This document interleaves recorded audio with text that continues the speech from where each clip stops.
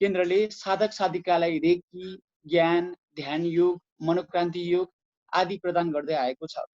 सर्वसाधारणमा योग र ध्यानलाई जनसमक्ष पुर्याउन मनोक्रान्ति केन्द्रले अतुलनीय योगदानको साथै अनेकन जागरण कार्यक्रम सञ्चालन गर्दै आइरहेको छ। यसका साथै गुरुदेवले विभिन्न पुस्तकहरू लेख्नु भएको छ। तीमध्ये जीवन के हो, मनोक्रान्ति योगा, गीता सार, सुपर लर्निङ, सुपर मेमोरी, दुःख मुक्ति लगायत अन्य दर्जनौंको संख्यामा उहाँले किताबहरू लेख्नु भइसकेको छ। अब भने म ढिला सुस्ती नगरी आजको हाम्रो कार्यक्रमको प्रमुख अतिथिज्यूलाई आमन्त्रित गर्न चाहन्छु। गुरु, यहाँलाई हाम्रो कार्यक्रममा स्वागत छ। आज हजुरबाट जानकारी प्राप्त गर्नको लागि, नयाँ जीवनका कुराहरू हासिल गर्नको लागि, ग्रहण गर्नको लागि हामी निकै नै गौरवान्वित महसुस गरिरहेका छौँ। यहाँलाई कार्यक्रममा स्वागत छ। जय होस्। Thank you.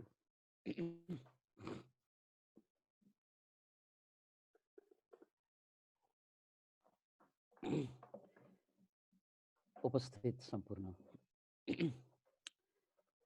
श्रोता एवं दर्शक बन्धुहरू, यहाँहरूलाई धन्यवाद ज्ञापन गर्दै म आफ्ना केही कुरा यहाँहरू समक्ष सेयर गर्दैछु र केही कुरा यहाँहरूले जिज्ञासाका रूपमा यो कार्यक्रमको उत्तरार्धमा हामीले करिब 1 घण्टाको यो कार्यक्रममा उत्तरार्धमा क्वेशन्सहरू, जिज्ञासाहरू छन् भने त्यो जिज्ञासा पनि हामी सम्बोधन गर्नेछौँ।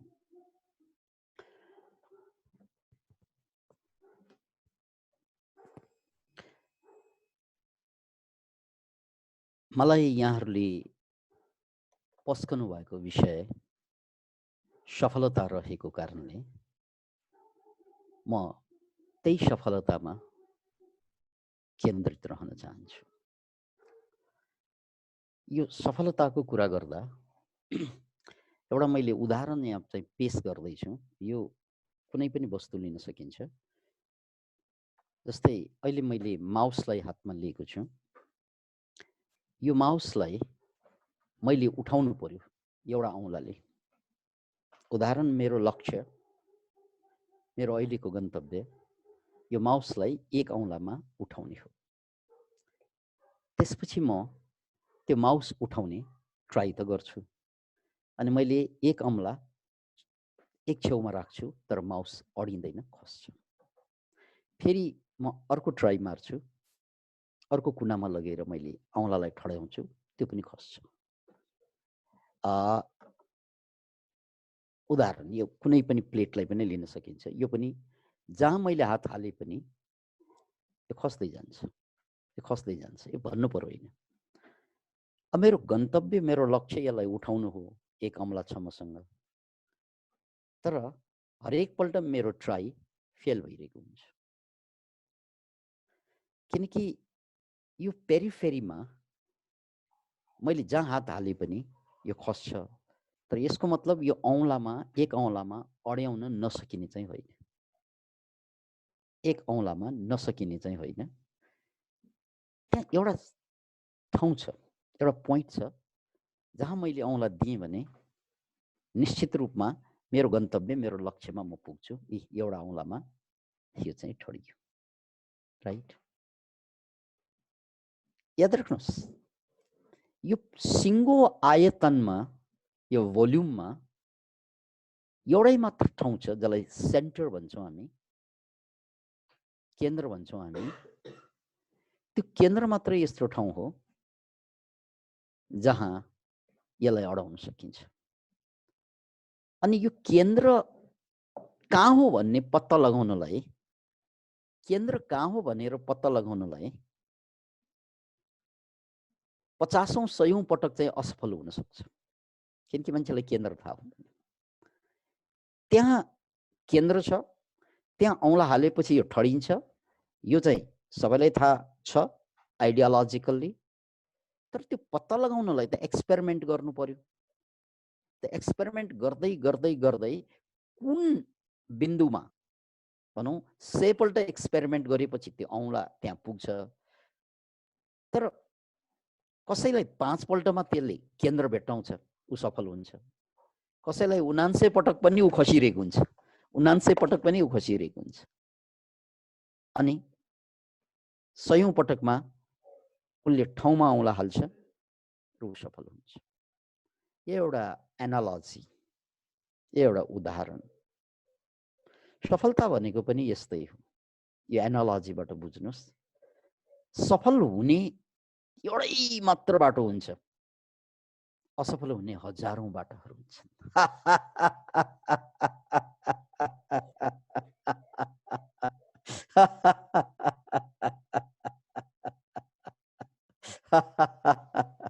पुनः एकपल्ट यसलाई मैले हाँसेर अन्डरलाइन गरेँ।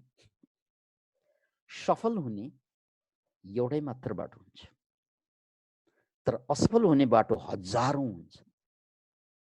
याद राख्नुहोस्, त्यो सफल हुने एउटै बाटोमा पुग्नको लागि हजारौं असफलता झेल्ने आँट चाहिन्छ।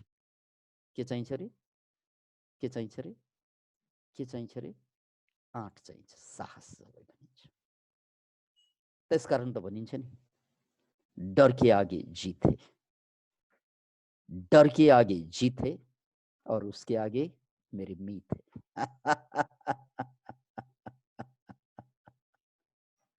फेरि पनि याद राख्नुहोस्, सफल हुने एउटै मात्र बाटो हुन्छ, तर असफल हुने हजारौं बाटाहरू हुन्छन्। त्यो हजारौं बाटामा तपाईँ कुन पोइन्टमा कति पटकको प्रयासमा सफल हुनुहुनेछ त्यो कुरा भन्नै सकिँदैन। त्यो कुरा तपाईको बुझाइमा, तपाईको वातावरणमा, तपाईको अभ्यासमा हुँदा हुँदा तपाईको जेनेटिकल कोडमा, धार्मिक भाषामा भन्ने हो भने पूर्वजन्मको संस्कारमा, त्यसमा पनि निर्भर हुन्छ, जसलाई हामी भाग्य भन्छौँ, लक भन्छौँ। कोही कोही मान्छे लकी हुन्छन् नि, उसले औँला हाल्न साथै बिचैमा हालिदिन्छ र ट्याक्क पहिलोचोटिमै ऊ सफल भइदिन्छ। हामीले यहाँ ऊ पहिलोचोटिमा सफल भएको देख्छौँ, त्यसलाई लकी भन्छौँ। किन ऊ पहिलोचोटिमा सफल भयो त भन्नाले पूर्व जन्ममा 49 पटक ऊ असफल भइसकेको हुनसक्छ क्या।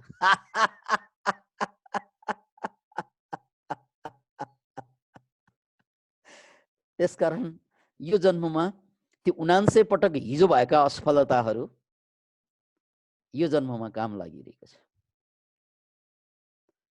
आध्यात्मिक क्षेत्रमा प्रयास कहिले खेर जाँदैन, यो आध्यात्मिक दर्शन हो। ओम शान्ति ओम भन्ने एउटा फिल्म छ, सायद यहाँहरूले हेर्नु भएको होला। नहेर्नु भएको भए हेर्नलाई अनुरोध गर्छु, यदि यहाँहरू सफलता कामी हुनुहुन्छ भने। शाहरुख खान हिरो। ओम शान्ति ओममा एउटा डायलग छ त्यहाँ, इतनी शिद्दत से मैंने तुमको पाने की कोशिश की है, इतनी शिद्दत से मैंने तुमको पाने की कोशिश की है कि कुदरत की हर जर्रे ने मुझे तुमसे मिलाने की साजिश की है। मैले तिमीलाई पाउनको लागि यो अन्तर मनदेखि यति प्रयास गरेँ, यति प्रयास गरेँ कि भगवानलाई माया लागेर या प्रकृतिलाई माया लागेर आफ्नो नियम चाहिँ बदलिदिए तिमीलाई भेटाउनको लागि, किनकि नियमबाट हामी भेट्दैनौँ क्या।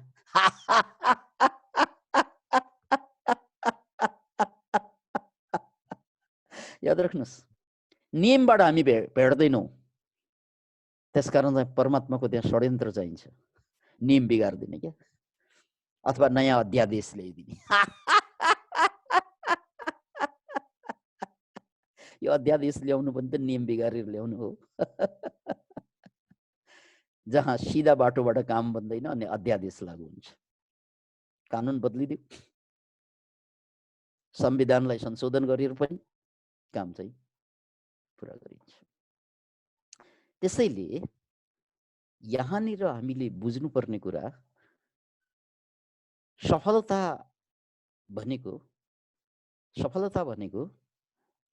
एकपल्टको प्रयासमा पनि हुन सक्छ, 49 पटकमा पनि नहुन सक्छ।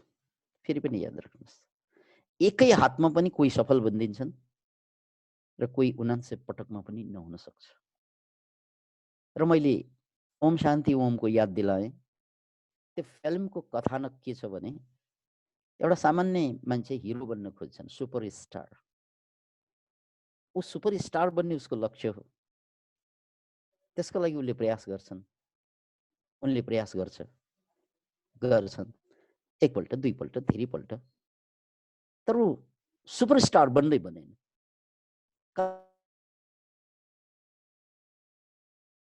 प्रयास पनि जारी राखे। प्यास पराकाष्ठामा थियो सुपरस्टार बने। याद राख्नुहोस्, प्यास पराकाष्ठामा थियो सुपरस्टार बने, तर परिस्थिति परिवेश यस्तै बनिदियो कि ऊ सफल हुन सकेन, ऊ सुपरस्टार बनेन।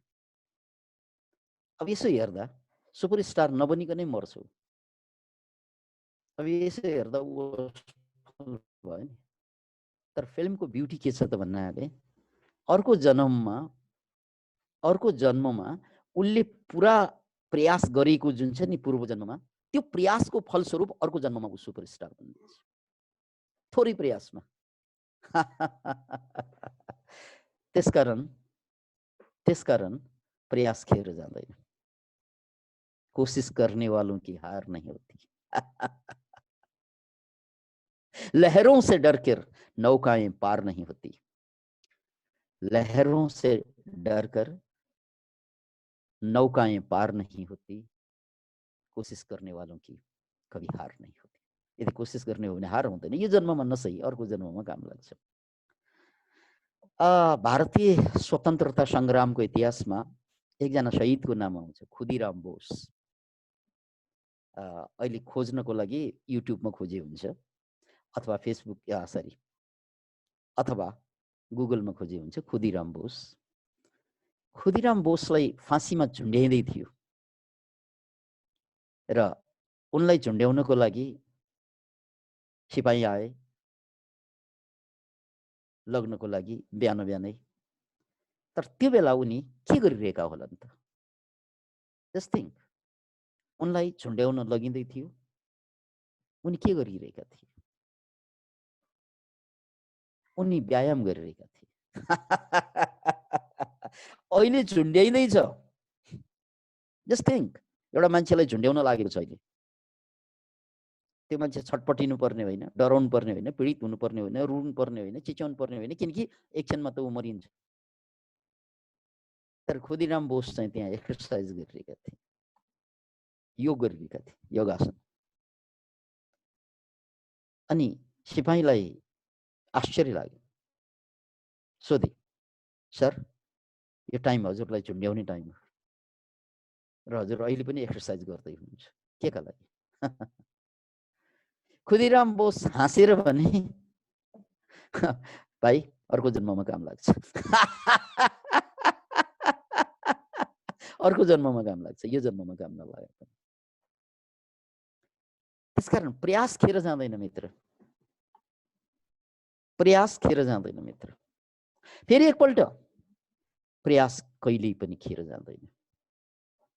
अब मैले यहाँनिर यो दर्शनको चुरो बताउनु पर्छ यहाँहरूलाई, अथवा अब दर्शनको चुरो बताउने बेला भएको छ।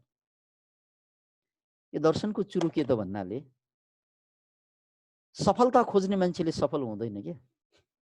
याद राख्नुहोस्, if you really want to be successful, forget about your success. It is the contradictory. Yeah. फेरि पनि, if you really want to be successful, don't try to be successful. के रे? यदि सक्सेसफुल हुनु छ भने सक्सेस हुने कोसिसै नगर्नु। उल्टो भने, उल्टो बुझ्नु भयो? मान्छेले तपाईलाई त्यही सिकाएर गयो होला, त्यही सिकाउँछन् होला, त्यही पढ्नुहुन्छ होला होइन? यदि सफल हुनु छ भने सफलताको लागि प्रयास गर। यार, सफलताको लागि प्रयास गर्ने मान्छेहरूले आत्महत्या गरेर मरेका धेरै छन्। सफलताको लागि प्रयास गर्नेहरू आत्महत्या गरेर धेरै मरेका छन्, किनकि सफल हुने मैले भनिहालेँ एकपल्टमा पनि हुन्छ, कोही 79 पल्टमा पनि हुँदैन, बीचमा फ्रस्ट्रेसन आउँछ। त्यसकारण सफल हुन खोज्ने मान्छेहरू अधिकांश दुःखद अन्त्य भएको पनि देख्छौँ हामीहरू। किनकि दुनियाँमा सबै मान्छे सफल हुन खोज्छन्। 5% मान्छेले पैसा कमाइरहेका छन्। 1% को मान्छेको हातमा दुनियाँको सबै पैसा छ। फोर्ब्स म्यागजिन पल्टाएर हेर्नुहोस्, बेला बेला आउँछ रिपोर्ट, दुनियाँभरको पैसा 1% मान्छेको हातमा छ। के अरूले पैसा कमाउन नखोजेर हो? सबैले खोजेका हुन्छन्, तर पाउने थोरै हुन्छन्। त्यसकारण if you really want to be successful, don't try to be successful. अनि के गर्ने त त्यसो भए? किनकि तपाईँ कन्फ्युजनमा पर्नुभयो अहिले, अथवा मैले तपाईँलाई कन्फ्युजनमा पार्दिएँ, अथवा मेरो कुराले तपाईँ कन्फ्युज हुनुभयो। होइन, तपाईँ पहिलो सिकेका कुरा, बुझेको कुरा अनुसार यो बाजियो, त्यसकारण तपाईँ कन्फ्युजनमा पर्नु। राइट।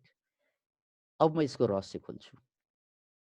यदि सफल हुन चाहनुहुन्छ भने सफलताको चाहना छोड्दिनुहोस्। क्यार्ने नि त। त्यसो भए के गर्ने नि त? गर्ने के त भन्नाले तपाईले जुन काममा तपाईलाई आनन्द आउँछ, जुन बाटो, त्यसको मजा लिनुहोस्, त्यसमा डुब्नुहोस्। याद राख्नुहोस्, यहाँ मैले सूत्र अर्कै फेर्दिएँ। सफल हुने चाहना होइन, मैले गरेको काममा आनन्द खोज्नु। आनन्द, फेरि पनि आनन्द, फेरि पनि आनन्द। जबसम्म काममा आनन्द आउँदैन, जबसम्म काममा आनन्द आउँदैन, कर्ममा आनन्द आउँदैन, तबसम्म तपाईले असफलता झेल्नै सक्दैन। याद राख्नुहोस्, मैले पहिल्यै भनिदिएको छु, तपाईँ यो बाटोमा 100 पल्ट 1000 पल्ट पनि असफल हुन सक्नुहुन्छ। सफलताको बाटोमा सजिलो छैन बाटो, लामो छ बाटो, धेरै बाटो लामो। कोही कोही मान्छे मन्जिलमा आएर पनि असफल महसुस गर्दिन्छन्। भर्खरै मात्र सुशान्त सिंहको आत्महत्या भनिएको प्रकरण यहाँले सुन्नुभएको छ। किनकि सुशान्त सिंह जस्ता मान्छे एउटा लेभलमा सफल भएर पनि फेरि पनि आत्महत्या गर्न पुगे। किन गर्छन् आत्महत्या? किन भन्नाले उनले खोजेको सफलताको खाका पाएन भने मान्छे फ्रस्ट्रेटेड हुन्छ। याद राख्नुहोस् यो कुरा। त्यसकारण सवाल सफल हुनु होइन मित्र। If you really want to be successful, forget to be successful. मैले भने नि कन्ट्राडिक्टरी भाषा प्रयोग गरेँ। If you really want to be successful, then what to do? Love what you do, or do what you love. तपाईले जे गर्नु भएको छ, जे गर्नुहुन्छ, त्यसमा आनन्द मनाउनुहोस्, अथवा आनन्द नआएको कामै नगर्नुहोस्। आनन्द नआउने बाटो तपाईको बाटो होइन त्यो। यदि तपाईले जे गरिरहनु भएको छ त्यसमा आनन्द आएन भने त्यो तपाईको बाटो होइन। किन भन्नाले आनन्द आएन भने उनले सफल छिटो हुनु खोज्छ, अनि सफल छिटो हुनु खोज्यो भने छिटो असफल हुन्छ। याद राख्नुहोस्, जो मान्छेले सर्टकट खोज्छ नि सफलताको, दुनियाँमा सबभन्दा छिटो असफल उनीहरू नै हुन्छ। There is no shortcut way. सफलतामा सर्टकट वे भनेकै हुँदैन। एक किसिमबाट जङ्गलमा भट्कनु जस्तै हो। कहिले कहाँ पुग्यो थाहा नै हुँदैन। म कुन मोमेन्टमा सफल हुन्छु त्यो पनि थाहा हुँदैन, अथवा म यस जन्ममा सफल हुन्छु कि हुँदैन त्यो पनि थाहा हुँदैन। त्यसकारण don't focus on your success. धेरै मान्छे फ्रस्ट्रेटेड भएर आत्महत्या गर्नुको कारण त्यही हो, किनकि उनीहरूले खोजे जस्तो सफलता पाउँदैन, थोरैले पाउँछ। त्यसकारण सवाल सफलताको होइन, सवाल be happy on your action. तपाईले गरिरहनु भएको कुरामा तपाईँ खुसी छ कि छैन, या खुसी हुन सकिन्छ कि सकिँदैन। अनि यो पनि बुझ्नुहोस्, फेरि सुरुमा खुसी हुँदैन। सुरुमा त गाह्रो हुन्छ सबै कुरा, सुरुमा अप्ठ्यारो हुन्छ। तपाईले साइकल सिक्दा सुरुका दिनमा कति घाउ चोट खानुभयो? त्यो घाउ चोट खाएकै बेलामा भागेको भए, त्यो घाउ चोट खाएकै बेलामा चाहिँ बिच्केको भए त्यो मान्छेले कहिल्यै साइकल सिक्दैन। त्यसकारण सुरुमा त घाउ चोट खाने नै हो। त्यो घाउ चोट खाँदा खाँदै बिस्तारै एउटा पोइन्ट आउँछ जहाँ हामी मजा लिन थाल्छौँ साइकलमा। अनि जुन बेला मजा आयो त्यही बेला सिकियो भनेर बुझ्नुहोस्। त्यसकारण सफलताको सूत्र के हो त भन्नाले एक्सनमा आनन्द लिनु। सफलताको सूत्र के त? एक्सनमा आनन्द हो। यदि एक्सनमा आनन्द आइरहेको छैन भने या त तपाईँले गलत बाटो रोज्नु भयो या त तपाईँ गलत हुनुहुन्छ यो विषयको लागि। किनकि आनन्द भन्ने त्यो चिज हो जसले तपाईँलाई डिस्ट्र्याक्ट हुन दिँदैन। याद राख्नुहोस्, मान्छे सफलताको लागि हिँड्छन्, 1000 पल्ट डिस्ट्र्याक्ट हुन्छ। किनकि सफलता भनेको धेरै टाढाको कुरा। सफल भएर आनन्द मनाउन खोज्छन् तर ऊ डिस्ट्र्याक्ट भइदिन्छ। कोही पैसामा, कोही चाहिँ रोमान्टिक लभमा, कोही मनोरञ्जनमा, कोही डरको कारणले, कोही बोर्डमको कारणले। त्यसकारण यो एकदमै डिस्ट्र्याक्सन हुने बाटो छ। तपाईँ डिस्ट्र्याक्ट भइदियो भने सक्यो। तपाईँले त्यो खरायो र कचरोको कथा सुन्नुभएको छ, म त्यसलाई सम्झाउन मात्रै चाहन्छु। एउटा खरायो र एउटा कछुवा, दुईको बिचमा कम्पिटिसन हुन्छ। सामान्य बुझाइमा के हो? खरायोले जित्छ, कछुवाले त जित्दैन। किनकि कछुवा स्लो हुन्छ, खरायो फास्ट हुन्छ। तर सबैलाई थाहा छ यो कथामा अन्ततः कछुवाले जित्छ, खरायोले जित्दैन। वाइ? जित्नुपर्ने त कसले हो त भन्नाले जित्नुपर्ने कसले? खरायोले जित्नुपर्ने। तर जितिरहेको छ कसले? कछुवाले जितिरहेको छ। किन? कथा सम्झाइदिउँ म यहाँलाई। कुद्छन् दुवै, 1 2 3, अनि त्यसपछि चाहिँ कुद्छन्। कुद्दा कुद्दा खरायोलाई के लाग्यो? अब कछुवाले त मलाई भेटाउनै सक्दैन। अनि ऊ फर्केर हेर्छ, कछुवा त कता हो कता। त्यसपछि खरायोलाई के लाग्छ? एकछिन त म आराम गर्छु। अनि खरायो रेस्ट गर्छ, घाँस खान थाल्छ। किनकि कछुवा त आएकै छैन। घाँस खाए, रेस्ट गरे, त्यहीँनिर भुसुको निदा लागेछ।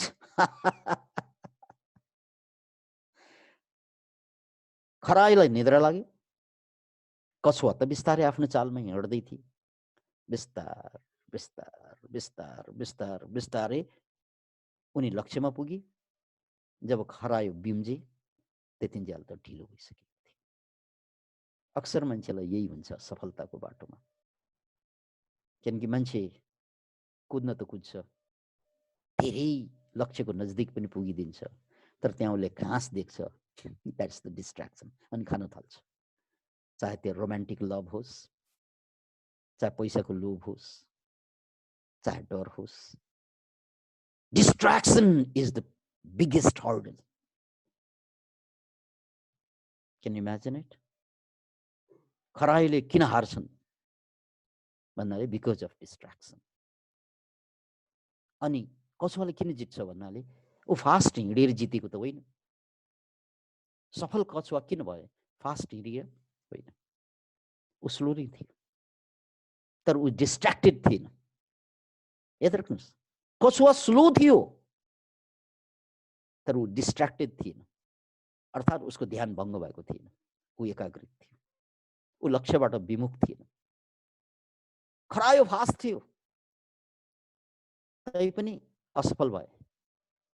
किन असफल भयो खरायो? किन भन्नाले ऊ डिस्ट्र्याक्ट भयो। उसले घाँस देख्यो, उसले आराम गर्यो। सो सफलताको सबभन्दा ठुलो दुश्मन को त? डिस्ट्र्याक्सन। सफलताको सबभन्दा ठुलो दुश्मन को त? डिस्ट्र्याक्सन, यानी ध्यान भङ्ग हुने। अब यो डिस्ट्र्याक्सनबाट जोगिने कसरी? This is the challenge and this is what you have to learn. मूल कुरा तपाईँ कति स्लो हिँड्नुहुन्छ हुँदै होइन, तपाईँ कति कमजोर छ हुँदै होइन। मूल कुरा तपाईँको डिस्ट्र्याक्सन हुनु हुँदैन। अनि बिना डिस्ट्र्याक्सन लक्ष्यमा पुग्नको लागि के गर्नुपर्छ? जवाफ गइसक्यो। बिना डिस्ट्र्याक्सन लक्ष्यमा पुग्नको लागि केही पनि गर्नु पर्दैन। आनन्द लिनुपर्छ गरेको कर्ममा। बस सक्यो। जसरी त्यहाँ कछुवाले चाहिँ आनन्द लिइरहेको थियो हिँड्नुमा, र खरायोले कुद्नुमा आनन्द लिएन, ऊ रोकिनुमा आनन्द लियो, घाँस खानुमा आनन्द लियो। याद राख्नुहोस्, खरायोले बिचमा आनन्द लियो, डिस्ट्र्याक्ट भयो, तर कछुवाले आनन्दै लिएन बिचमा, ऊ डिस्ट्र्याक्ट भएन, ऊ डिस्ट्र्याक्टेड भएन। त्यसकारण तपाईले जे गर्नु भएको छ, बिस्तारै हिँड्नु भएको भए ठिक छ, तर बिस्तारै हिँड्नुमा मजा लिनुपर्छ। धेरै स्लो भयो केही छैन, slow and steady wins the race, केही फरक छैन। तपाईँ जति स्लो भए पनि हुन्छ, तर डिस्ट्र्याक्सनबाट बच्नुपर्छ। र डिस्ट्र्याक्सनबाट बच्नुलाई नै गोलमा ध्यान दिने होइन, लक्ष्यलाई म सफल हुने भनेर खोज्ने नै होइन, आनन्द लिने हो।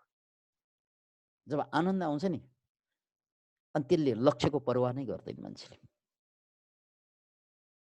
तपाईहरूले भोग्नु भएको होला या देख्नु भएको होला, जब केटाकेटी प्रेम गर्छन् नि, रोमान्टिक लभ, बाटोमा हिँडिरहेको दुई लभर्सहरूलाई केटाकेटीलाई देख्नु भएको होला या आफ्नै पनि अनुभव होला।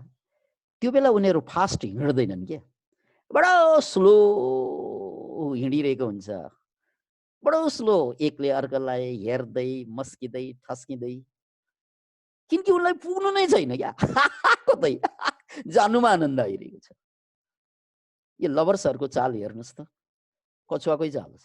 त्यसकारण उनीहरू सफल हुन्छन् बाउआमा बन्नको लागि किनकि खोजेकै त्यही हो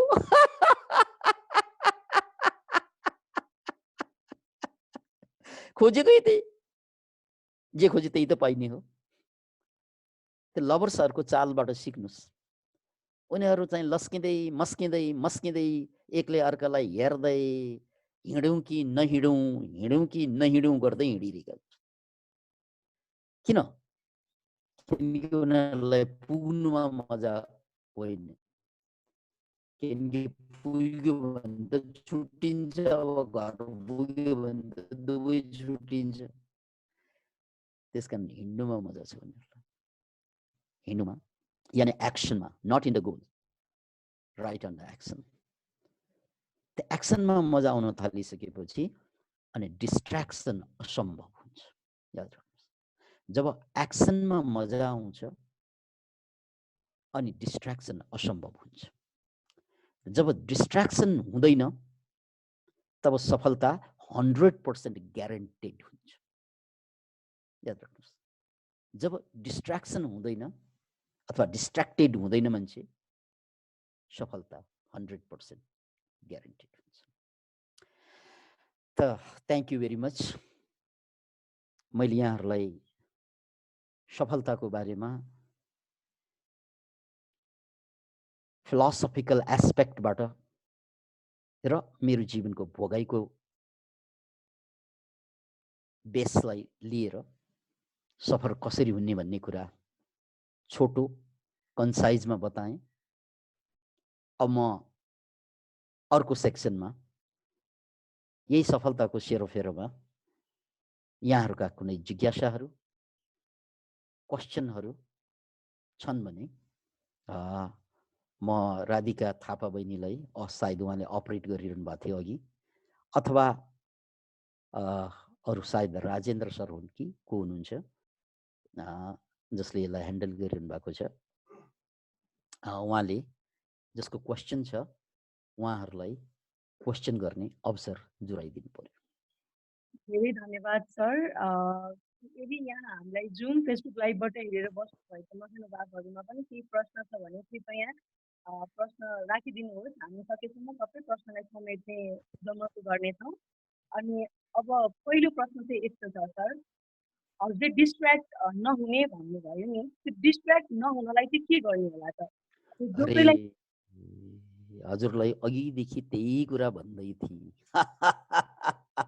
हजुर त अघि नै डिस्ट्र्याक्ट भइसक्नु भएको रहेछ नि त किनकि डिस्ट्र्याक्ट नहुनुलाई के गर्नुपर्छ, कर्ममा आनन्द लिनुपर्छ भनेर बार बार जोड दिँदा पनि हजुरले त्यही प्रश्न गर्नुभयो भने राधिका बहिनी, हजुर त पहिल्यै डिस्ट्र्याक्टेड भइसक्नु भयो नि त कर्ममा आनन्द लिनुपर्छ आफूले गरेको कर्ममा भन्ने त जो कोहीलाई पनि महसुस हुन्छ होइन, तर हुँदा हुँदै पनि उनीहरू त्यो कर्ममा आनन्द लिन सकिरह हुँदैनन् कि। मेरो प्रश्न चाहिँ त्यो हो साथी, त्यो आनन्द लिनलाई के गर्ने कि? आनन्द लिनलाई, that's the proper question. Thank you for this question. कर्ममा आनन्द लिनको लागि मैले अघि पनि भने यहाँलाई, हामीले साइकल चलाउँदा सुरुमा आनन्द लिन सक्दैनौँ, डर लाग्छ, सुरुमा भय हुन्छ, सुरुमा घाउ लाग्छ, चोट लाग्छ, यो पनि भनिसकेँ मैले। अनि त्यसको बावजुद पनि, त्यो घाउको बावजुद पनि, चोटको बावजुद पनि, डरको बावजुद पनि यदि साइकल चलाउँदै बस्यौँ भने अनि बल्ल आनन्द आउन थाल्छ।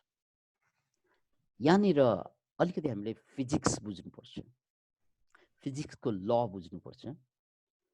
फिजिक्सको ल के हो त भने, यो सारा विश्व ब्रह्माण्ड बेसिकली 3वटा चाहिँ चार्जले बनेको छ। त्यो के हो त?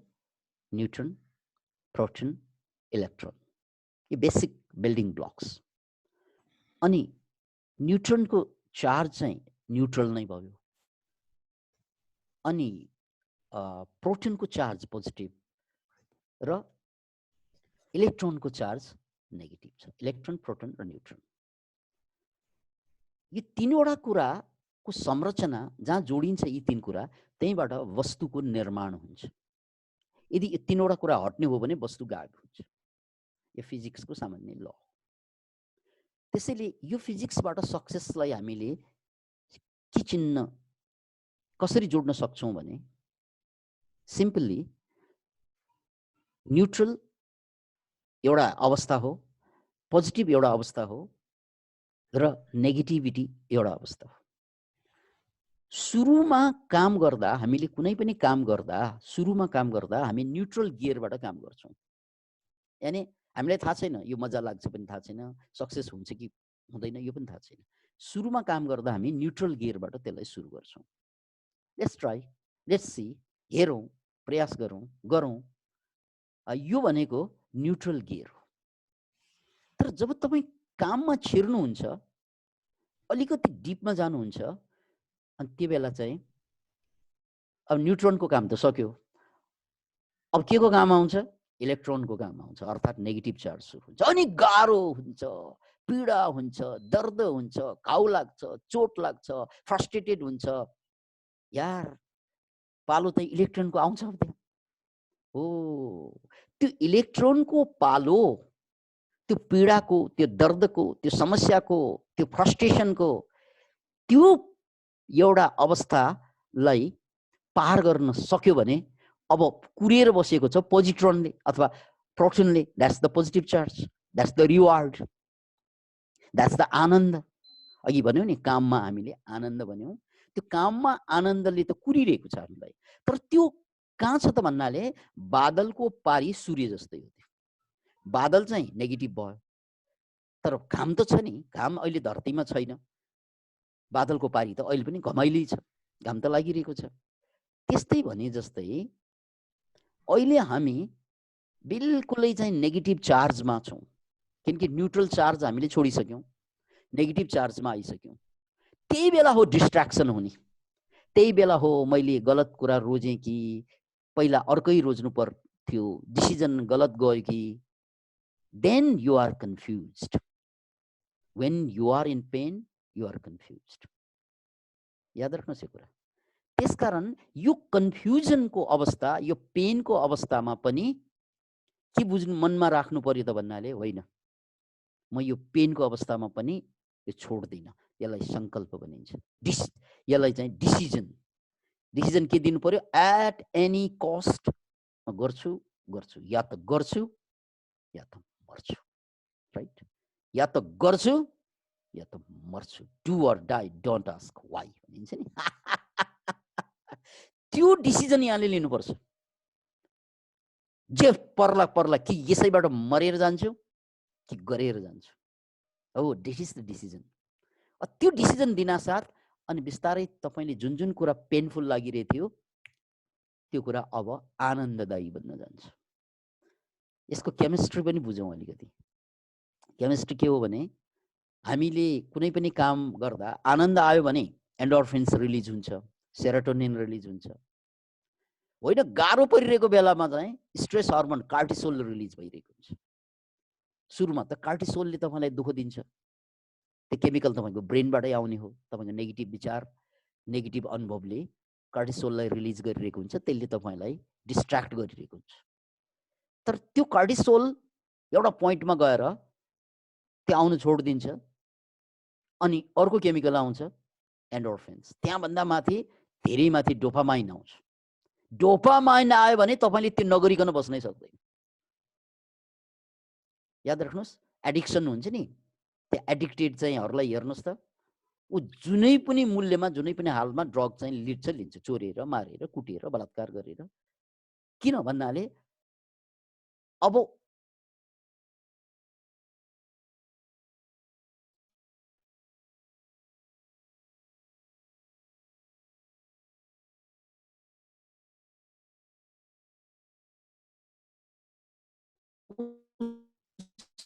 गुरुको साउन्ड आएन।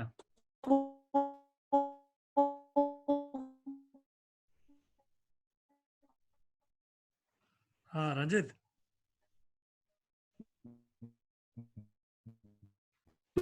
हजुर सर, गुरुको कनेक्सनको प्रब्लम भएको जस्तो लाग्यो। त्यही त को कनेक्सन छ, साउन्ड आएन के? Drugs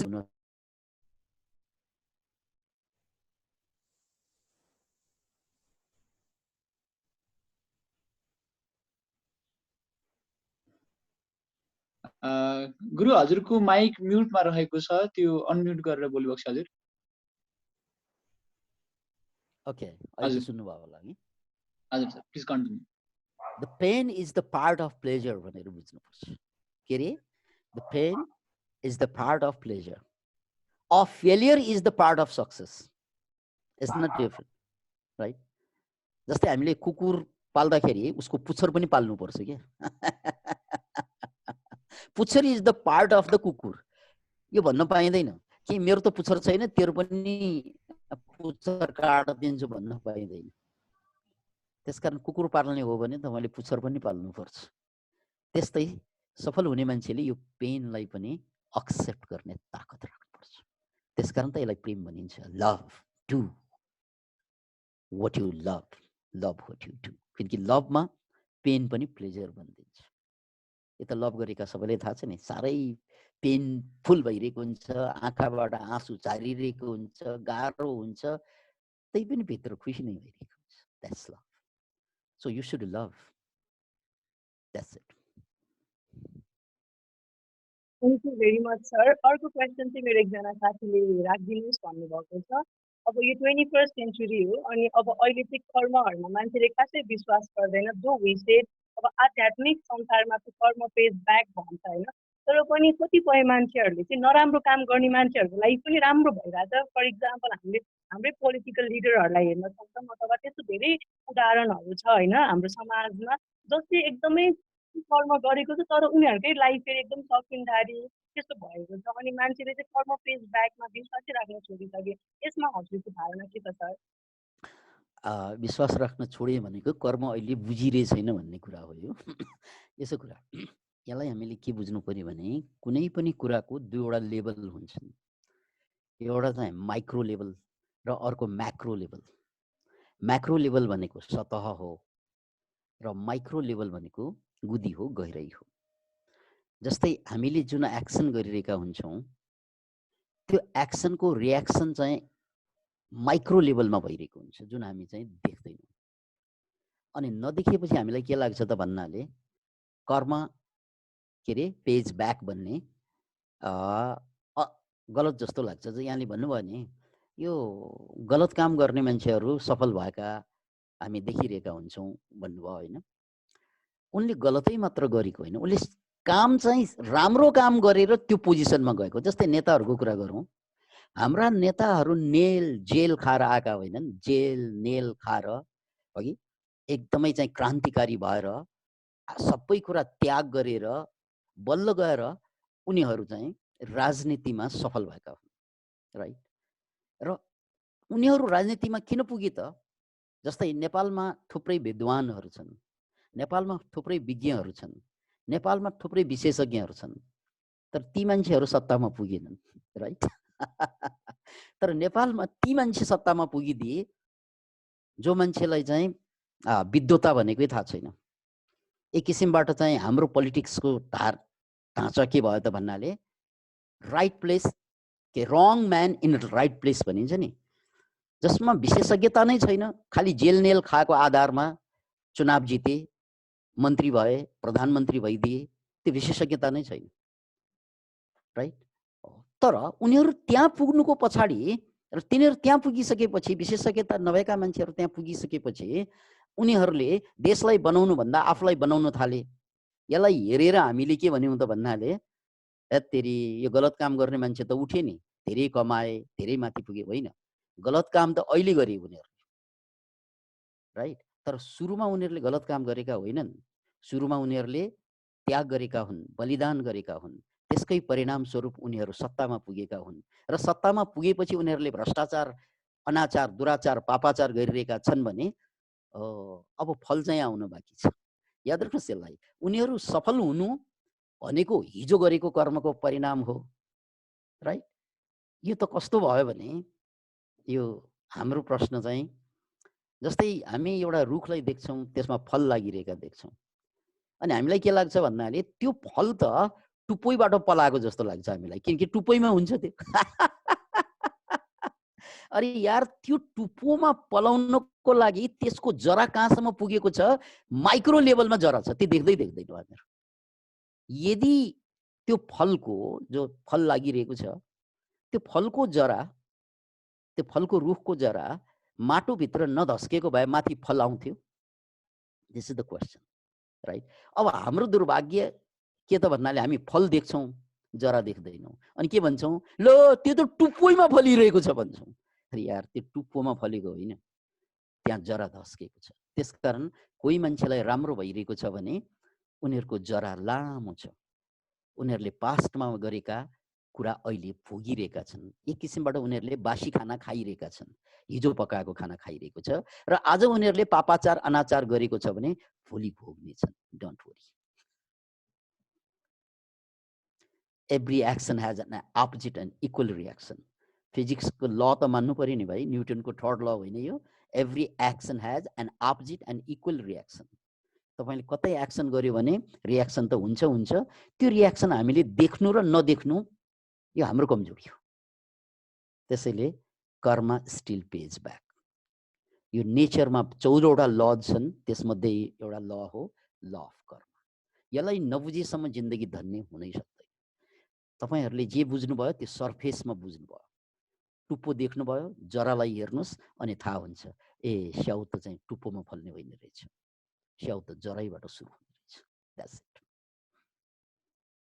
thank you very much sir, धन फर्लङ्ग बनाइदिनु भएकोमा। सायद मेरो साथीको पनि चित्त बुझ्यो होला। अब अर्को प्रश्न म यस किसिमले राख्न गइरहेको छु। अघि हजुरले भन्नुभयो नि, success does not matter in life, होइन?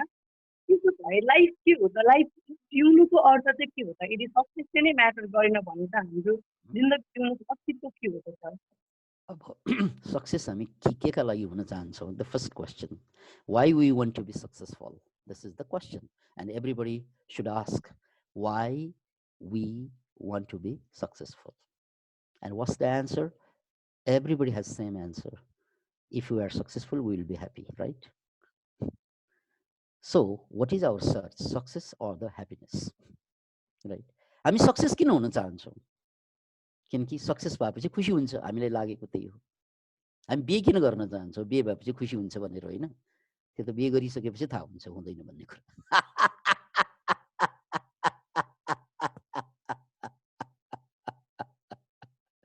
हामी पैसा किन कमाउन चाहन्छौँ? किनकि पैसा कमाएपछि खुसी हुन्छ, खुसी किन्न पाइन्छ भन्ने हाम्रो धारणा छ। तर कमाइसकेका मान्छेलाई थाहा छ खुसी पैसाबाट आउँदैन भन्ने कुरा, राइट? त्यहाँ सम्बन्ध बिग्रियो भने त्यो पैसा जति भए पनि कामै लाग्दैन, राइट? सम्बन्ध म्याटर्स। त्यसकारण हामीले के बुझ्नुपर्छ भन्नाले यो खुसी हामीले खोजिरहेका हुन्छौँ फाइनल्ली, सक्सेस होइन। किनकि सक्सेस भएर पनि हामी खुसी हुन खोजेका छौँ, राइट अर रङ? सक्सेस किन? हामी खुसी हुनको लागि। अब खुसी हुनुकै लागि सक्सेस हुने हो भने पहिल्यै खुसी हुनुस् काममा। Why late? किन weight? Why wait? Why late? Why should you be late? किन लेट हुने? खुसी हुने सफल भएर मात्रै खुसी किन हुनु पर्यो? अहिलेबाट खुसी हुँदै जानुस्, सफलता पुरस्कारको रूपमा दिइनेछ। या नदिए पनि केही छैन, किनकि म खुसी भइसकेँ एडभान्समा। अचेलका केटाकेटीहरूले बिहे गर्न अगाडि नै लभ गर्छन् नि। लभ गर्नले बिहे नै किन गर्नु पर्यो? पहिल्यै गरे पनि हुन्छ नि। अरे यार, पहिलाका मान्छे मात्रै त्यस्ता थिए क्या। उनीहरू के गर्थे त भन्नाले पहिला बिहे गर्ने अनि लभ गर्ने भन्थे। तर अहिलेका मान्छे धेरै बाठा भइसके। अरे लभ गर्नलाई नै बिहे गर्नु छ भने बिहे किन चाहियो? लभ अहिले गरौँ। कसले रोकेको छ तपाईँलाई?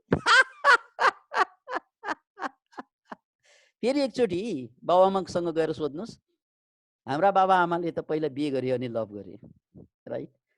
अनि हामी बडा बाठा भइसक्यौँ। अरे यार, लभै गर्नु हो भने बिहे किन चाहियो? बिहे गर्नु कुन कुर्नु पर्यो? कसैले रोकेछ? यो त प्रकृतिको नियम हो, लज्जा। त्यसकारण उनीहरूले बिहे पछि गर्ला गर्दैन थाहा छैन, लभ पहिला गरिहाल्छन्। Because they know the process is more important than the goal. त्यस्तै यसलाई पनि यसरी बुझौँ, सक्सेस किन चाहियो भन्नाले ह्याप्पी हुनको लागि। त्यसो भए प्रोसेसमा ह्याप्पी हुनुहोस्, अनि सक्सेस भए गजब हुन्छ, भएन भने पनि गजब। किन भन्नाले म खुसी भइसकेँ। सके कुरा। अनि खुसी मान्छे कहिल्यै पनि रोगी हुँदैन, यो पनि याद राख्नुहोस्। खुसी मान्छे कहिल्यै पनि कमजोर हुँदैन। खुसी मान्छेले अरूलाई दुःख पनि दिँदैन। त्यसकारण जीवनको उद्देश्य सफल हुनु होइन मित्र, खुसी हुनु। सफल मान्छे त चाहिँ श्रीमतीलाई चाहिँ मारी गोज्ने मान्छे पनि हुन्छन्, छोराछोरीलाई चाहिँ हप्काउने मान्छे पनि सफल मान्छे हुन्छन्। सफल मान्छेले त अरू सबैलाई दबाएर बसेका पनि हुन्छन्, तर खुसी मान्छेले कसैले पनि दबाउँदैनन्। त्यसकारण बिपी कोइरालाको एउटा भनाइ हामी सानो छँदा खुब पढ्थ्यौँ, खुब मन पर्यो थियो, सफल मान्छे नबन्नु छोरा, असल मान्छे बन्नु, राइट? किनकि सफल मान्छे खतरनाक हुनसक्छ। अरू सबैले उसको अहङ्कार रावणको जस्तो हुनसक्छ। सो समाजलाई सफल मान्छेको खाँचो छैन कि, समाजलाई खुसी मान्छेको खाँचो हुन्छ। तपाईँ सफल भयो भने अहङ्कारी बन्छ, अरूलाई मान्छे गर्नुहुन्न, तपाईँले साथीलाई साथी नै मान्नुहुन्न। ल तपाईँका सफल साथीले तपाईँलाई साथी नै मान्दैन, वास्तै गर्दैन। तपाईँ पनि सफल भयो भने चिन्दैन। त्यसकारण समाजलाई चाहिँ सफल मान्छे चाहिँदैन, समाजलाई खुसी मान्छे चाहिन्छ। किनकि खुसी मान्छेले सबैलाई प्यार गरेर, सबैलाई सेयर गरेर, केयर गरेर हिँड्छ। सफल मान्छेले आफूलाई मात्र चाहिँ केयर गरेर हिँड्छ। So think again, what is better, to be सफल अर टु बी असल? बिपीले त्यही भनेका हुन्, सफल बन्नु होइन, असल मान्छे बन्नु। अहिले हामी सफल बन्ने भनेर लागिरहेका छौँ। यो सबै चाहिँ रावण जन्माउन खोजिरहेका हुन्छौँ। So forget it. If you want to be a human then be happy.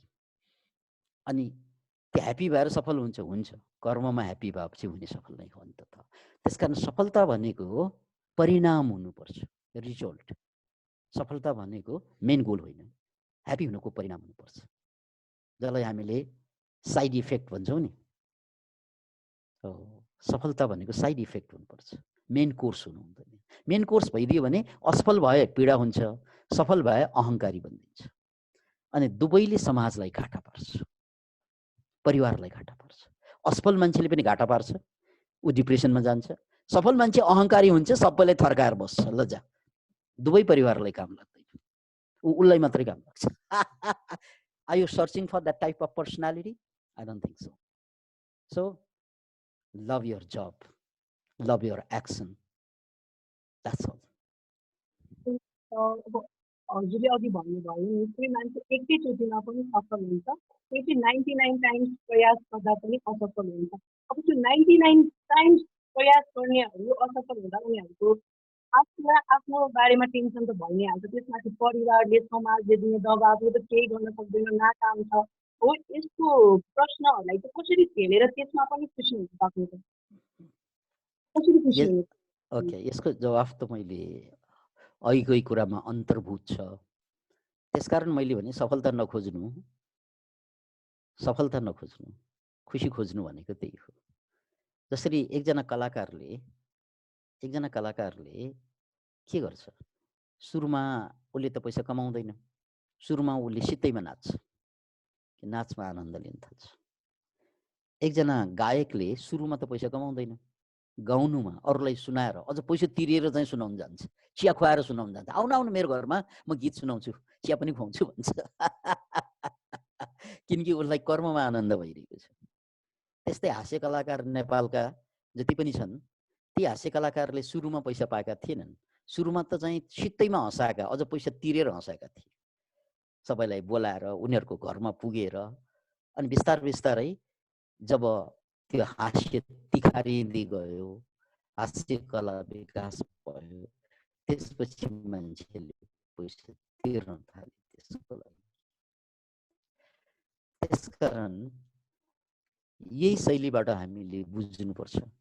हामीले गर्न एक त लिन थाल्यो भने त्यो काम आनन्दित हुनासाथ नै काम राम्रो हुन्छ। दुखी हुँदा काम राम्रो गर्न सक्दैन, र काम राम्रो हुनासाथ चाहिँ त्यो कामले तपाईँलाई पे गर्छ, याद राख्नुहोस्।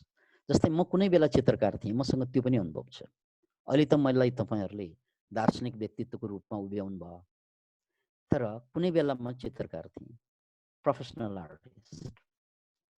अनि पेन्टिङ गर्दाखेरि हामीले सुरुमा पेन्टिङ गर्दा के गर्थ्यौँ भन्नाले एकदमै चाहिँ पैसो जोडेर, किनकि पैसा हुँदैन थियो, रङ किन्थ्यौँ, पैसा जोडेर अरू ठाउँमा खर्च नगरिकन ब्रस किन्थ्यौँ, क्यानभास किन्थ्यौँ, र पेन्टिङ गर्दै पेन्टिङ गरिन्छ। त्यो गरेको पेन्टिङ त कसैले किन्दैन, मलाई पो आनन्द आयो।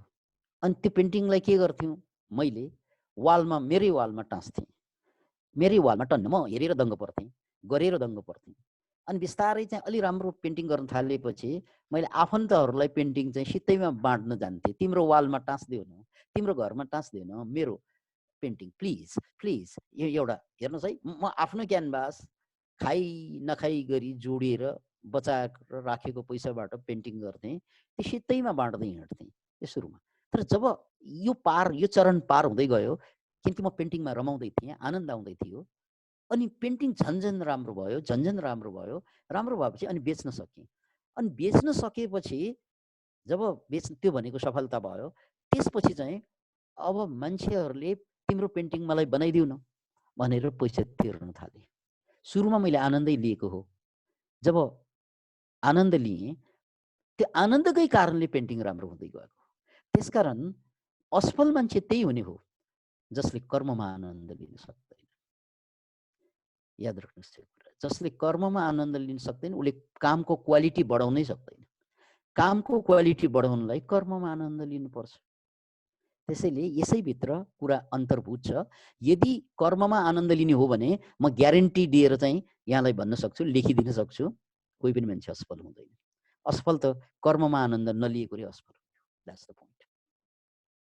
धेरै धन्यवाद सर। अब अर्को प्रश्न चाहिँ हामी आज आध्यात्मिक कुरा पनि गर्दैछौँ, त्यही भएर म आध्यात्मिकमै जोड्न चाहन्छु, फेरि पनि कर्मसँगै जोड्न चाहन्छु। मैले बुढापाका आमा बुवाले भनेको, अब कोही मान्छेलाई क्यान्सर रोग लाग्यो, कसैको किडनी फेल भयो भने त्यसलाई पाप गरायो भन्नुहुन्छ कि।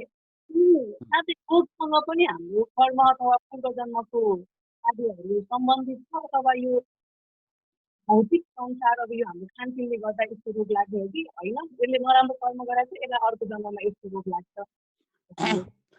Definitely, thank you for this question as well. अब यो पूर्व जन्ममा जानै पर्दैन, किनकि कर्म भनेको अहिलेको अहिले पनि रिजल्ट आउने कुरा हो। जसरी अहिले म यहाँहरूसँग बोलिरहेको छु, राधिका थापाजी मेरो कुरा सुनेर आनन्द आइरहेको छ कि छैन? एकदम आनन्द आइरहेको छ। म एकदम आध्यात्मिक व्यक्ति हो सर। ओके, यहाँलाई आनन्द आइरहेको भन्नुको मतलब नै यहाँले सुन्ने कर्म गर्नुको परिणाम होइन। यदि नसुनेको भए त आनन्द नआउने थियो नि। सुन्नुभयो, प्रेमपूर्वक सुन्नुभयो, एज ए रिजल्ट तपाईँलाई आनन्द आयो, राइट? कर्मकै परिणाम हो नि। मैले बोलेर आनन्द आएको हो कि तपाईँले सुनेर आनन्द आएको हो?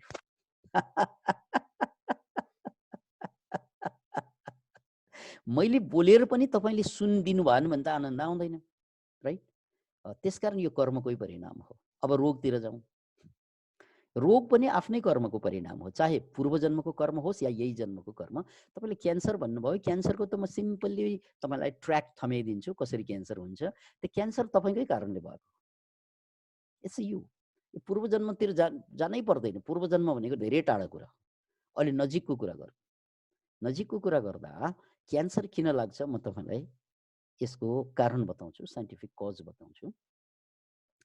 हाम्रो शरीरमा ट्रिलियन्स है 100 ट्रिलियन्स भन्दा बढी सेल्सहरू हुन्छन्, खर्बौं खर्बौं खर्बौं कोषहरू सेल। त्यो कोषभित्र सेलभित्र विभिन्न सेक्सनहरू हुन्छन्। जस्तै चाहिँ अब माइटोकोन्ड्रिया भन्ने सेक्सन हुन्छ जहाँ गएर एनर्जी उत्पादन हुन्छ हो। सेलमा विभिन्न सेक्सन हुन्छन्, अब बायोलोजी पढ्नु भएकाहरूलाई थाहा नै हुन्छ। र त्यसमध्ये एउटा लाइसोजम भन्ने सेक्सन छ हाम्रो हरेक सेलमा। त्यो लाइसोजम भन्ने एउटा सेक्सन छ, त्यसलाई नेटमा सर्च गर्नु होला लाइसोजम। त्यो लाइसोजमको काम के हो त भने शरीरभित्र जति पनि फोहोर उत्पादन हुन्छ, चाहे त्यो डेड सेल होस्, चाहे त्यो ब्याक्टेरिया होस्, भाइरस होस् या क्यान्सरस सेल होस्, कार्सिनोजेनिक सेल होस्, त्यो सेल उत्पादन भइरहन्छ शरीरमा। त्यो भइरहेको सेललाई, त्यो क्यान्सरस सेललाई, कार्सिनोजेनिक सेललाई, त्यसलाई न्युट्रलाइज गर्ने, त्यसलाई चाहिँ काटकुट गरेर त्यसलाई रिसाइकल गरेर नयाँ सेल या नयाँ चाहिँ सेल बनाउने काम चाहिँ कसले गर्छ त भन्नाले लाइसोजमले गर्छ। यसलाई फेरि पनि याद राख्नुहोस्, हाम्रो सेल बायोलोजीमा सेलभित्र एउटा ठाउँ हुन्छ, एउटा सेक्सन जसलाई लाइसोजम भनिन्छ। त्यो लाइसोजममा क्यान्सर सेललाई शरीरमा यदि क्यान्सर सेल पलायो भने पलाइरहेकै हुन्छ, त्यो पलाएको सेललाई न्युट्रलाइज गर्ने काम लाइसोजममा हुन्छ। यसकारण चाहिँ सबै मान्छेलाई क्यान्सर किन हुँदैन, जबकि सबै मान्छेको शरीरमा क्यान्सर सेल चाहिँ पलाइरहेकै हुन्छ। दिनकै 10,000 क्यान्सर सेल विकास भइरहेको हुन्छ। याद राख्नुहोस् यो एभ्रीबडी। जसरी हामीले खाना खाएर दिसा पिसाब निस्के जस्तै शरीर प्रोसेस हुने प्रक्रियामा क्यान्सर सेल पनि निस्किरहेको हुन्छ। तर सबैलाई क्यान्सर लाग्दैन, सबै क्यान्सरबाट मर्दैन। क्यान्सर कसलाई लाग्छ त भन्नाले जसको लाइसोजमले त्यो क्यान्सर सेललाई चाहिँ न्युट्रलाइज गर्न सक्दैन, अनि त्यो चाहिँ क्यान्सर सेल बढ्दै जान्छ। त्यो क्यान्सर सेल न्युट्रलाइज किन गर्न सकेन त भन्नाले उसको लाइफस्टाइलको कारणले गर्दा, उसकै लाइफस्टाइलको कारणले गर्दा। त्यसकारण हामीले यदि चाहिँ परापूर्व कालमा हेर्ने हो, आजभन्दा भनौँ 100 वर्ष अगाडि हेर्ने हो भने क्यान्सरका पेसेन्ट धेरै कम सुनिन्थ्यो, अहिले धेरै बढेको छ। र 5-6 हजार वर्ष अगाडिको हिस्ट्रीमा हेर्ने हो भने क्यान्सर भनेको दुर्लभ चाहिँ रोग हो। तर अहिले चाहिँ यो व्यापक भयो। किन? त्यो बेलाको लाइफस्टाइल नेचुरल थियो, अहिलेको लाइफस्टाइल कल्चरल भयो। अहिलेको लाइफस्टाइल कल्चरलबाट पनि फेरि हामी चाहिँ कहाँ आयौँ त भन्दा टेक्निकल भयो, राइट? नेचुरलबाट कल्चरल, कल्चरलबाट टेक्निकल, यसरी हामी लाइफस्टाइल नेचरबाट टाढा हुँदै गयौँ। परिणाम स्वरूप के भयो त भन्नाले त्यो क्यान्सर सेललाई न्युट्रलाइज गर्न सकेन। नगर्न साथमा के हुन्छ? क्यान्सर बढ्छ। अब न्युट्रलाइज गर्नलाई के गर्नु पर्थ्यो? यो यहीबाट यसैबाट भनिदिउँ। त्यो न्युट्रलाइज गर्नको लागि हाम्रो शरीरलाई कम्तीमा पनि 12 घण्टा चाहिँ रिल्याक्सेसन दिनुपर्छ, 12 घण्टा खाली टाइम दिनुपर्छ। हामी त के गर्छौँ त भन्नाले सुत्न अगाडिसम्म खाना खान्छौँ, डङ्गरङ्ग सुत्छौँ, भोलि आँखा पिलिक खोल्न साथ चिया नास्ता खोजिहाल्छौँ, होइन र? हाम्रो लाइफस्टाइल, मोडर्न लाइफस्टाइल त यही हो। अहिले त घर घरमा फ्रिज छ, आँखा यसै मिचेर फ्रिज खोल्न जान्छौँ। यसरी हामीले खाएको खाई गरेको कारणले गर्दा त्यो 12 घण्टा उसलाई जुन स्पेस चाहिने हो त्यो स्पेस चाहिँ नभएको कारणले गर्दा के भइदियो त भन्नाले लाइसोजम फेल भयो। लाइसोजम फेल हुन साथमै के भइदियो? क्यान्सर सेललाई न्युट्रलाइज गर्ने तत्त्वै छैन तपाईँको शरीरमा, अन्त क्यान्सर बढ्छ। क्यान्सरबाट बच्ने इच्छा छ भने भेरी सिम्पल सूत्र सुन्नुहोस्, भेरी सिम्पल सूत्र, कम्तीमा 12 घण्टा खान छोडिदिनुहोस्। त्यसो भनेको के? 12 घण्टा नखानु भनेको के हो त भने यदि तपाईँले बिहान चाहिँ 7 बजे चाहिँ ब्रेकफास्ट लिनु भएको छ भने अर्को 12 घण्टा भनेको त बेलुकाको 7 बजे हो। बिहानको 7 देखि बेलुकाको 7 बजे भित्र खान मिल्यो। 7 बजे अगाडि पनि नखाने, 7 बजे पछाडि पनि नखाने, पानी मात्र पिउने। त्यसपछि त्यो 12 घण्टा खाने र 12 घण्टा फास्टिङ भनिन्छ, 12 आवर्स फास्टिङ। अनि त्यो 12 घण्टा खाली भयो भने लाइसोजम फङ्सनमा आउँछ। त्यसले चाहिँ त्यसलाई पनि भोक लाग्छ अनि उसले चाहिँ क्यान्सर सेललाई खाइदिन्छ। त्यसपछि तपाईलाई क्यान्सर लाग्ने सम्भावना कम हुन्छ।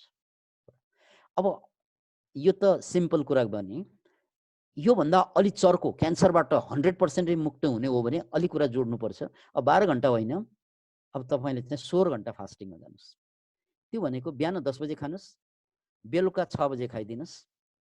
त्यो भन्दा अगाडि पनि नखानुस्, पछाडि पनि नखानुस्, बीचमा खान मिल्छ।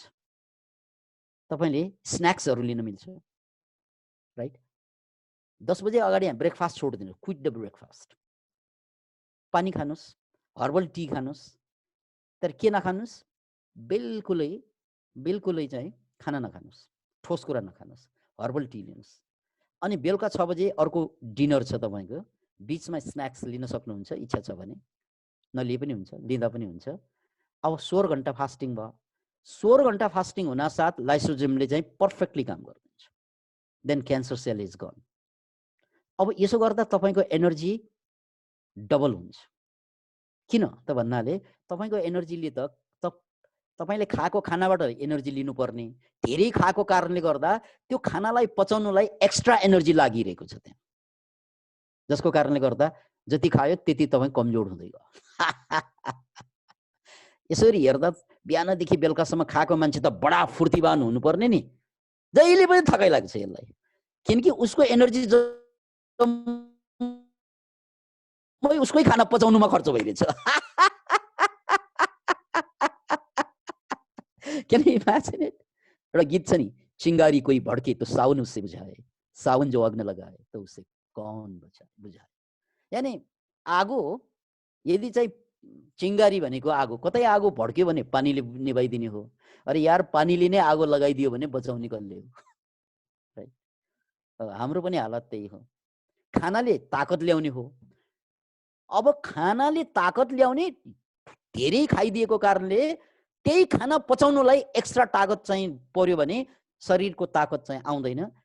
त्यसैले बुढापाकाले भन्ने गर्थे, थोरै खाए बल, धेरै खाए मल, राइट? हो, त्यसैले यो क्यान्सरको कारण हो। त्यसकारण क्यान्सरबाट बच्न सकिन्छ। यसलाई अटोफेजी भनिन्छ इङ्ग्लिसमा, नेटमा सर्च गर्नुस्।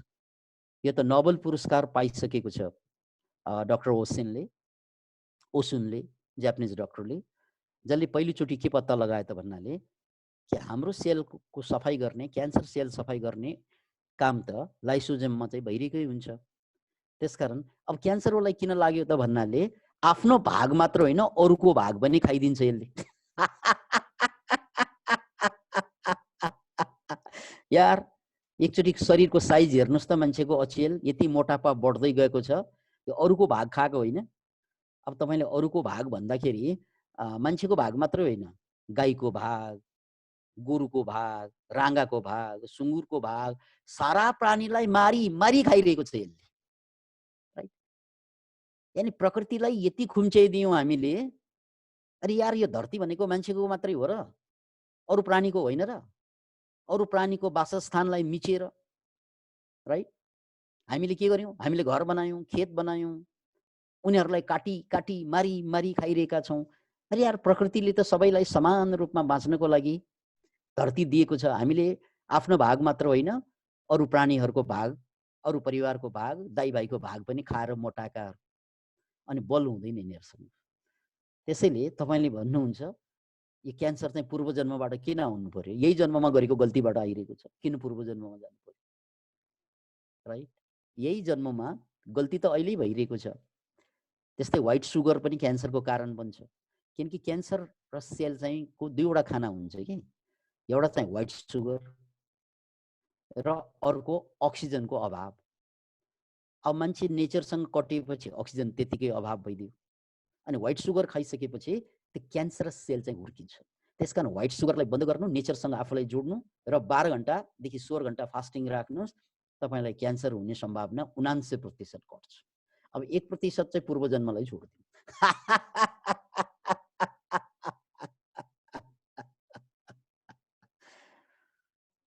अब हामी बिदा लिनुपर्ने हुन्छ किनकि हाम्रो निर्धारित समयभन्दा बढी हामी गइसकेका छौँ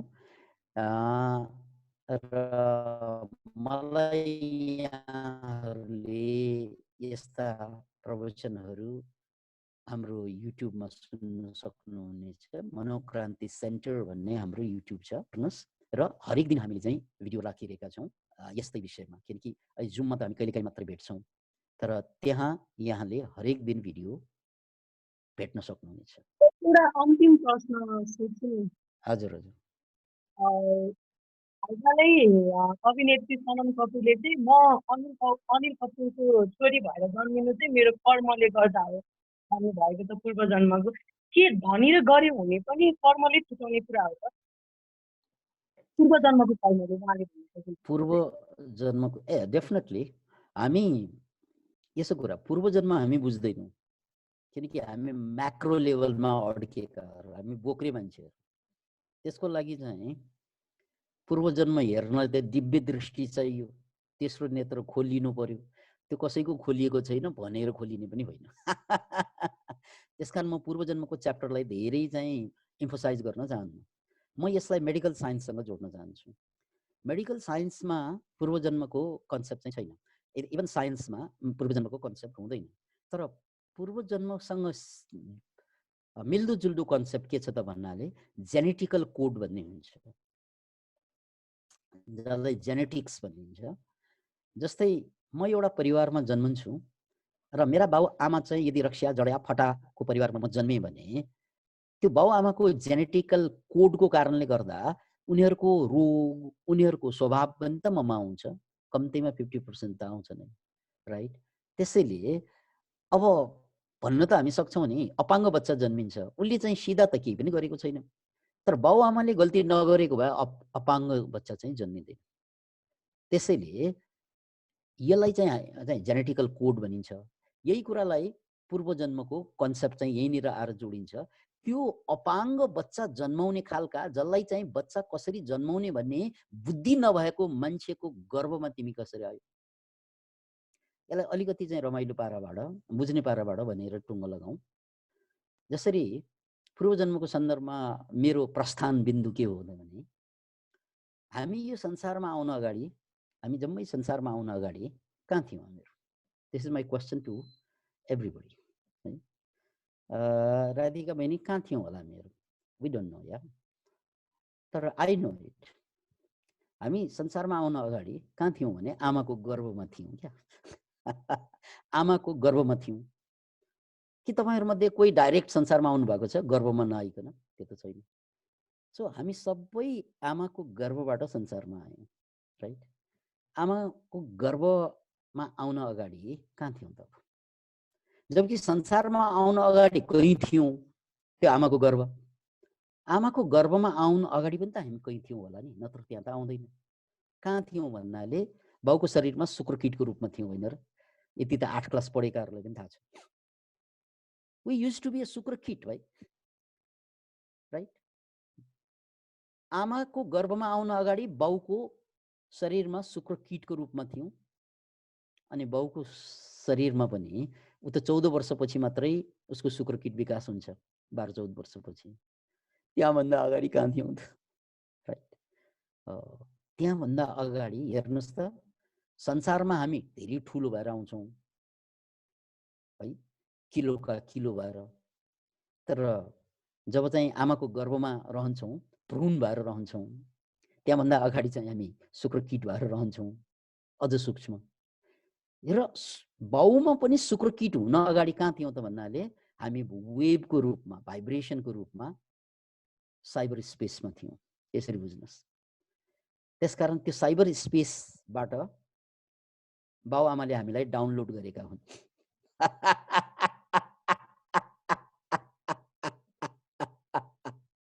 त्यसकारण हाम्रो जन्म भनेको डाउनलोड प्रोसेस हो, बाउ आमा दुवै मिलेर। अब एक दिन हामी यो संसार छोड्छौँ, त्यो भनेको अपलोड भयो। फेरि यत्रो जिन्दगी बाँच्यौँ, कोही डाका भएर मर्छ, कोही ज्ञानी भएर मर्छ, केही डिप्रेसन भएर मर्छ, कसैले आत्महत्या गरेर मर्छ, यो जम्मै प्रोग्राम हो क्या। यो प्रोग्राम सबै लिएर फेरि हामी अपलोड गरिदिन्छौँ साइबर स्पेसमा र यही अपलोड फेरि जस्तै आत्महत्या गरेर कोही मान्छे मर्छ भने त्यो प्रोग्राम अपलोड भयो। अब यो आत्महत्या गर्ने जुन प्रोग्राम लिएर फेरि कुनै त्यस्तै चाहिँ मूर्ख बाउको मूर्ख आमाको गर्भमा आएर जन्म लिन्छ। साइबर स्पेसबाट आमा बाबाले डाउनलोड गर्छ यसलाई अनि त्यसपछि उसले जन्मजातै त्यो जेनेटिकल कोडमै आत्महत्या लिएर आउँछ क्या। त्यो आत्महत्याको फिलिङ्स लिएर आउँछ अनि समय आएपछि गरिदिन्छ। त्यसकारण चाहिँ हामीले यो प्रणालीलाई चाहिँ बुझ्नुपर्छ। हामीलाई चाहिँ रोग लाग्नु भनेको धेरै टाढा जानु पर्दैन, यही जन्म काफी हुन्छ। तर हामी जुन परिवारमा जन्म्यौँ नि, इट हेज ए लिङ्क। त्यो परिवार किन चुनियो त यो प्रोग्रामले? जसरी तपाईँको कम्प्युटर कसरी चल्छ, मोबाइल कसरी चल्छ, अहिले हामी चाहिँ कम्प्युटर चलाइरहेका छौँ, सबै कम्प्युटर हुन्। यसमा दुई चिज हुन्छ, एउटा चाहिँ हार्डवेयर, अर्को सफ्टवेयर। यो हार्डवेयर भनेको यो जति पनि कम्प्युटर हो यो हार्डवेयर भयो। तर यो हार्डवेयर भनेको त बाकस हो, अरू के हो? राइट। यो हार्डवेयरमा तपाईँ र मसँग कुरा गर्न जोड्ने या कुनै प्रोग्राम हेर्नको लागि त्यहाँ सफ्टवेयर। अब सफ्टवेयर भनेको त फेरि के हो त भन्नाले सबै वेब हो, तरङ्ग हो। बिजुली अफ भयो भने सफ्टवेयर गयो, राइट। त्यसकारण सफ्टवेयर भनेको वेब मात्रै हो, हार्डवेयर भनेको के हो त फिजिकल फ्याक्ट हो, आर्टिफ्याक्ट हो। त्यसकारण हामी मान्छे भनेको के त भन्नाले हाम्रो शरीर भनेको चाहिँ यो हार्डवेयर भयो, हाम्रो माइन्ड भनेको सफ्टवेयर हो। अब तपाईलाई मेरो प्रश्न के छ त भने जब यो हाम्रो कम्प्युटर फुट्छ नि, के हाम्रो वाइफाई फुट्छ? के हाम्रो प्रोग्राम फुट्छ? फुट्दैन।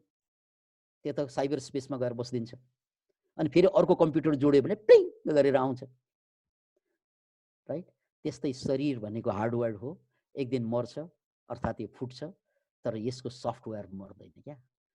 त्यसकारण जिन्दगीभर तपाईँ चोर भएर, डाका भएर, फटा भएर, कमजोर भएर बाँच्नुभयो भने त्यो जम्मै सफ्टवेयर निर्माण गर्दै हुनुहुन्छ।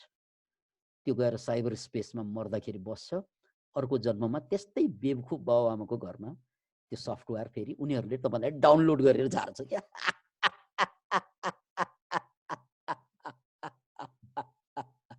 त्यसकारण यो लाइफलाई पर्फेक्टसँग बाँच्नु, life is an opportunity to improve your software, or else you will be worse and again you will be worse and worse and worse forever, for eternity, for eternal. तपाईँ सधैँको लागि चाहिँ वर्स हुन सक्छ तपाईँको सफ्टवेयर।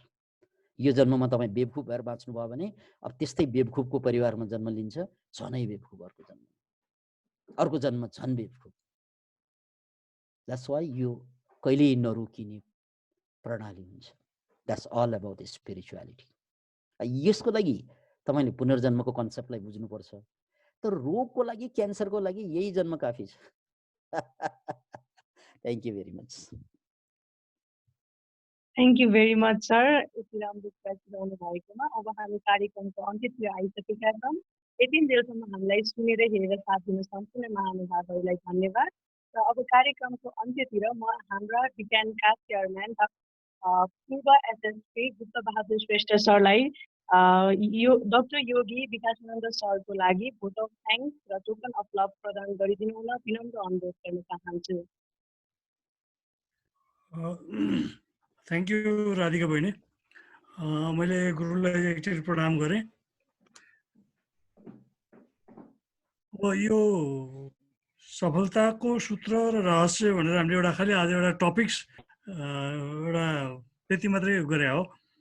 गुरुको चाहिँ छोटो समयमा भाइ बहिनीहरू हामी सबैका लागि चाहिँ जुन एउटा प्रेरणादायक एकदमै टिप्समा सफलता के हो, कसरी लिनुपर्छ त्यसका लागि भनेर जुन दिनुभयो, त्यसमा भाइ बहिनीहरूले चाहिँ कति बुझ्नुभयो र अब नबुझेको कुरो फेरि पनि बुझ्दै जाने। गुरुको चाहिँ जुन अब मनोक्रान्तिका प्रवर्तक नै गुरु हुनुहुन्छ, त्यसका लागि चाहिँ उहाँको क्लासहरू चाहिँ लिँदै पनि जाने। यसबाट अरू पछि थप सफलताका कुराहरू चाहिँ खुल्दै जान्छन्। अब जहाँसम्म मैले बुझेको कुरो के हो भने हामी जन्मेपछि कर्म गर्न सुरु गर्छौँ र त्यो कर्म चाहिँ हाम्रा हजारौँ हुन सक्छन्। हामीले एटेम्प्ट हजारौँ गर्छौँ र त्यो हजारौँ एटेम्प्टमा हामीले गर्ने एटेम्प्टहरू चाहिँ हाम्रा नमिलेका कुराहरू के लाग्न सक्छन् भने हामीले पहिला आफूले आफैलाई नै बुझेका हुँदैनौँ र हामी अरू कर्ममा लाग्छौँ। आफैलाई नबुझिकन गर्ने कर्महरूबाट परिणाम त्यो जुवामा खेलेको चाहिँ जुवा खेल्दाखेरि आएको र गएको चाहिँ ऊ जस्तै हुन जान्छ क्या। त्यस्तै जस्तो आफूले आफूलाई बुझेर आफ्नो क्षमता बुझेर आफ्नो सिप बुझेर सबै थोक पहिला आफूलाई नै बुझेर चाहिँ गर्न खोजियो भने थोरै ठाउँ हामीले चाहिँ लिन्छौँ र त्यसबाट सफलता चाँडै प्राप्त होला। होइन भनेदेखि हामी भड्किन्छौँ, धेरै ठाउँमा हात हाल्दाखेरि चाहिँ सफलता कम पाउँछौँ। त्यसले गर्दा चाहिँ समय लाग्छ। त्यसैले भाइ बहिनीहरू पनि अब यो 18-19 वर्षको पिरियडबाट त्यति बेलासम्म त पढ्ने मात्रै भयो। अब सेना प्रहरीमा आउनुको लागि 25सम्मको टाइम दिइयो। यति समयको बिचमा आफूलाई बुझ्ने कोसिस गर्नु पर्यो र म यो काममा लाग्दा सफल हुन सक्छु अथवा मैले बढी यसमा मेहनत गर्न सक्छु, कर्म गर्न सक्छु। गुरुले जुन कर्ममा मेहनत के अरे जोड दिनुभएको छ, भाइले पनि त्यसरी नै म यति गरेपछि मैले सफलता पाउँछु अथवा सफलता मलाई चाहिँ हात लाग्छ भन्ने चाहिँ त्यो एउटा कता कता अनुमान चाहिँ हुनसक्छ क्या।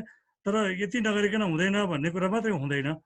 सफलता भनेको एउटा सेक्सन अफिसर हुँदैमा, एउटा इन्सपेक्टर हुँदैमा अथवा एउटा लेफ्टिनेन्ट हुँदैमा सफल चाहिँ त्यति बेलाको लागि मात्रै भयो। पछि त्यो सफल हुन्छ कि असफल हुन्छ त्यसपछिको फेरि अरू छुट्टै छ रहस्य, फेरि गर्वमा छ अरू कुराहरू। किनभने एउटा मान्छेले इन्सपेक्टरमा जागिर खायो भने 30-32 वर्ष 35 वर्ष उसले सर्भिस गर्दा पनि बिचमा जागिर जान सक्छ, प्रमोसन नहुन सक्छ, धेरै कुरा हुनसक्छ। अथवा पछाडि जागिर सकिसकेपछि पनि ऊ असफलै रहिराखेका हुनसक्छ। उसले चाहिँ आत्मसन्तुष्टि प्राप्त नगरे पनि हुनसक्छ। त्यसैले गुरुको सफलताको रहस्यका बारेमा धेरै कुराहरू समेटिने अवस्था चाहिँ छ। अहिले भाइ बहिनीहरूले चाहिँ आफ्नो उमेर अनुसारको चाहिँ एउटा टार्गेट निश्चित लक्ष्य राखेर त्यो लक्ष्यमा आफ्नो चाहिँ कर्मलाई चाहिँ जोड्नु पर्यो र गुरुको भनाइअनुसार चाहिँ पढिन्छ भने पढ्दाखेरि चाहिँ जति पढ्दा आफूलाई आनन्द लाग्छ त्यति बेला त्यति मात्रै पढ्ने। त्यसपछि फेरि जहिले पढ्न मन लाग्छ त्यो बेलामा फेरि पढ्ने र फेरि बढी आनन्दित हुने। अनि पढ्दाखेरि नै बढी आनन्द लिएर चाहिँ पढियो भने अटोमेटिकली त्यसमा कुनै तनाव हुँदैन र पढेको कुरामा आफूलाई चाहिँ बढी जानकारी हुन्छ र त्यही जानकारीले पछि फेरि सफलताको लागि ऊ पनि गर्छ। अब गुरुको अगाडि चाहिँ मैले धेरै कुराहरू चाहिँ राख्न त्यति राम्रो हुँदैन होला आजको लागि चाहिँ।